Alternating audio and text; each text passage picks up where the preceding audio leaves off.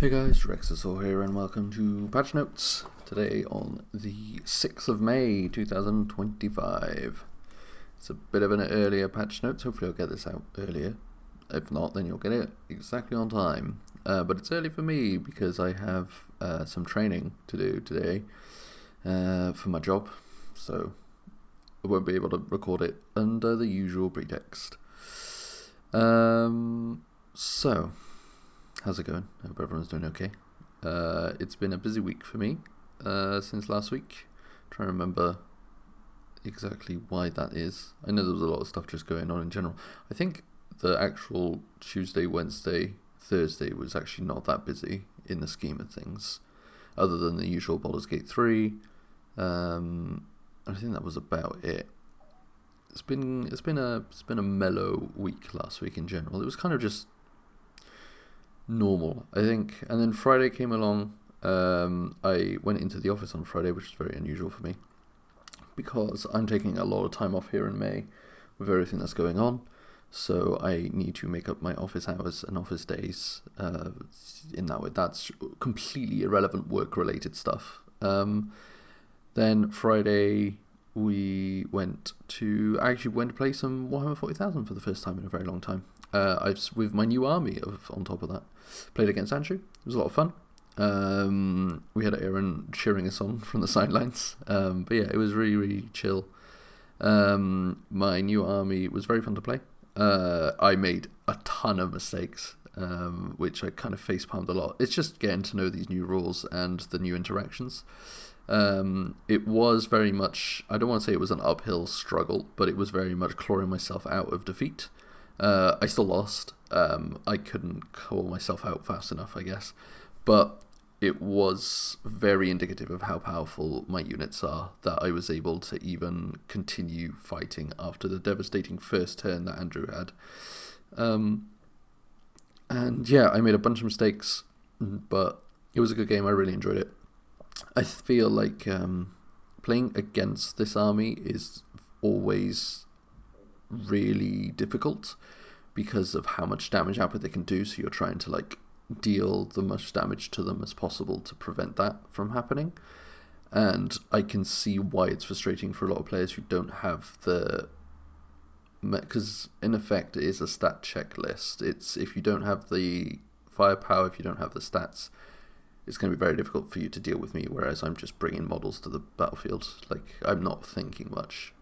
Which reminds me a lot of my Warriors of Chaos for Old World, to be honest, because they're very high-statted things that you have to deal with, and I just kind of just make them go forward. But there is an element in 40k compared to Old World where I need to use specific stratagems at specific times, make decisions of my abilities and my special abilities and things like that, when to trigger them, when to use them. Deployment was a big issue for me. I very badly deployed. And I feel like it would have been, in terms of points anyway, it would have been much closer. Maybe not with what was left on the battlefield, if I had deployed better or if I had understood my stratagems better. But that's what comes with playing a new game. Speaking of Old World, next weekend is my tournament. This coming weekend, we are going up on the Friday, and we're going to be there until the Sunday. All the travel plans have been made, everything's done. We're hopefully on the Friday we're going to be able to at least spend some time at Warhammer World. We'll see how that goes and how to get there and things like that. I know you can walk from the station, but I don't know whether or not that's something we want to do, if we want to take a bus or something. But yeah, we'll have to see for that. But it'll be nice to just get to go to Warhammer World, show Richard a little bit of the stuff that's going up and around.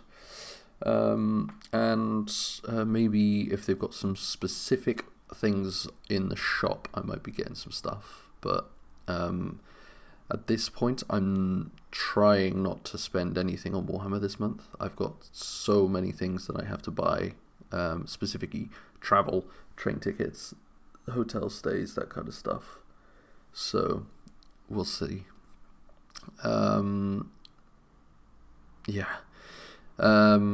Yeah, that's that. So yeah, the tournament is this weekend. I played Richard yesterday with my High Elves, which is not the army that I'm bringing. We played meeting engagement, and it is by far the most frustrating scenario for just in general. I think it's not a fair scenario. It from a scenario and like story standpoint, sure, it's fine. But the issue, so the scenario is corner deployment. So not even, it's the deployment zone is corner to corner, in that you have a line where you can't deploy. No Man's Land is diagonal, and you set up within 12 inches of each other, which is very, very close. That is within charge range of most units, of the potential of where you're deploying. But before you deploy your army, you roll 1 dice for each unit and character in your army, and on a roll of a 1, they do not deploy, and they come on the following turn. And I rolled first. I rolled 3 of my units not coming on. My level 4 wizard, which is like already such a disadvantage for him not to come on, because that means he misses an entire turn of casting magics. And the move, he misses the strategy phase of casting magics the following turn that he actually comes on. I also lost my Swordmasters. The Swordmasters are like my Groot. Is basically, I've lost 2 of my things that I've sunk the most points in.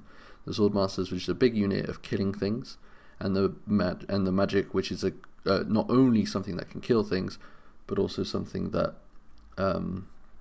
is there to prevent opponent from casting magic. And a unit of archers. That's 3 units. And then Richard rolled no 1s whatsoever, so he got to deploy his entire army. So already I was on the back foot, and it was very difficult. And then because he's switched over his list for the tournament is very strong, and he was just able to outmaneuver me. He took out the stuff in turn 1. He took out like a whole unit of archers. He took out one of my bolt throwers, and in turn 2 he took out my Sisters of Avalon and a bunch of Lothan Seaguard. I think that was all he took, but by that point I only had 3 units left on the field, kind of thing. My dragon was on the flank. It did take out his Necrosphinx. I then failed my overrun. I failed my charge, so he was just sitting duck for a bunch of time. He put on his Scorpion turn 2, which means I had to charge his Scorpion turn 2, which I killed, and then failed my overrun into his casket. So all in all, my rolling was so terrible for pivotal things that could allow me to get Cloric back. It didn't really matter that I was losing out on like things like bolt throwers and my archers and things, because they're not there to score points. They're there to like take out his skirmishers, take out this stuff. And they didn't do that because, well, they did do that. It's just that Tomb Kings rise from the dead, so that's a lot of fun. So yeah, it was very frustrating. So we actually turn 2, my guys came on. I very badly deployed them. The Swordmasters came on correctly. I deployed my mage next to them. I should have deployed my mage next to my main line, which at this point was 2 units anyway. And because it meant that in his turn, I basically just completely fucked it, where I wanted to use my wizards to get rid of his archer. He has a big block of archers with poison, and I wanted to get rid of them. I moved my mage away from the Swordmasters, which meant that his dragon charged my mage, and I just died. So that I lost my mage within 1 turn. He only cast 2 spells. And then the Swordmasters in my turn 3 charged his dragon and then just died. So I then conceded because I was like, fuck this. Yeah, not a very, it wasn't really a fun battle. It was very frustrating and uphill, and all because of the scenario. It meant that I couldn't, I just everything that I'd built towards this army list couldn't work together because they didn't deploy. There was a brief discussion that we had on how we would improve that scenario, because the scenario is interesting, but I think it should be a case of like one player rolls a d6, the next player rolls a d6, and you subtract that second roll from the first, and that's how many both players have to choose which units don't get to deploy, or d3 units don't get deployed on both sides, or something like that. It should be a fair and equitable amount. If we're going to play this scenario in a competitive scene, it makes sense that it should be fair. No other scenario in the book has this kind of issue. The only one that comes close, and even then that's fine, is the one where you deploy 1/3 of your army is in a different flank, and you don't tell your opponent which flank it's in until you start deploying there. So it could be that you deploy in the wrong flank or the opposite flank, but either way, you still deploy your whole army. So it's maneuvering it into the advantage rather than, oh, I can't play the game for 1.5 turns because my wizard didn't come on and he's the only thing stopping you from doing your stuff. So, yeah, that was that. Anyway, that was yesterday's game. Richard's List looking good for this weekend. I'm going to be very happy to return to my Chaos Forces because, well, not a lot of thinking. I know what I'm doing, and if I don't deploy 2 units from that army, I don't think it matters because those units can survive on their own for the most part. Like, if I don't have my dragon on the field, that's kind of annoying, but when it comes on, it's just going to be devastating for everyone. So, whereas with this high elf list, it just wasn't there. So I have made a new high elf list, and that's something I'll be bringing in future. But for now, thinking about chaos, and yeah, it should be a good set of games. It doesn't look like it's going to be a full house of people, although the tickets are still on sale, and I think you got until Thursday to sign up, kind of thing. So yeah, it's not going to be for a while that we know, but it should be good. It does mean that there's a very high chance I'll be playing either Richard or Cameron, which is quite funny. And yeah, that's that. Otherwise, been playing a bit of Oblivion. That's been fun. Been painting a lot. That's been fun. Although it was difficult for me to get the right colours for these Swordmasters as well. I did on Saturday. I did a live D&D one-shot, which I ran for my usual. Well, we have a monthly-ish live D&D campaign, which is currently on hiatus because someone's had a baby, so they're not around. So we just decided, we want to play something. So I was asked to do a one-shot, which I ran. It was a lot of fun. They did not do at all what I had planned to do. Well, kind of. I had it set in 2 phases where they had a heist, which would lead them to a location, and then the location was where a lot of the encounters would take place. And they instead just had a really nice time at this heist. It was a gala, kind of like something is happening. Are you going to infiltrate and do the stuff, or are you going to politically get yourselves the information? And they were very much on the I'm enjoying this gala, I want the information that way. Made a lot of friends, interacted with a lot of the NPCs, but the issue is that meant that they didn't get the information fast enough to get to the location, in addition to one of the players basically just going out on their own and getting caught, and it just all went sideways for that.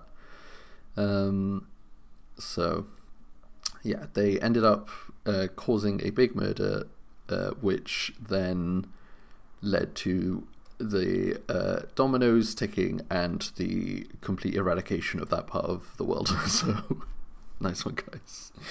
But it was good fun. And that's basically... Oh, excuse me. Yeah, that's basically it. Trying to think what else, but that's all. That's basically everything. Yep. Alright, well, since I can't think of anything else, that is going to be it. I hope that you guys enjoyed this patch notes. I hope that you guys have a good week ahead of you. And I'll see you next week. I will let you know and do a big rundown of everything that happened in that tournament. So, yeah. Have a good one, and see you around.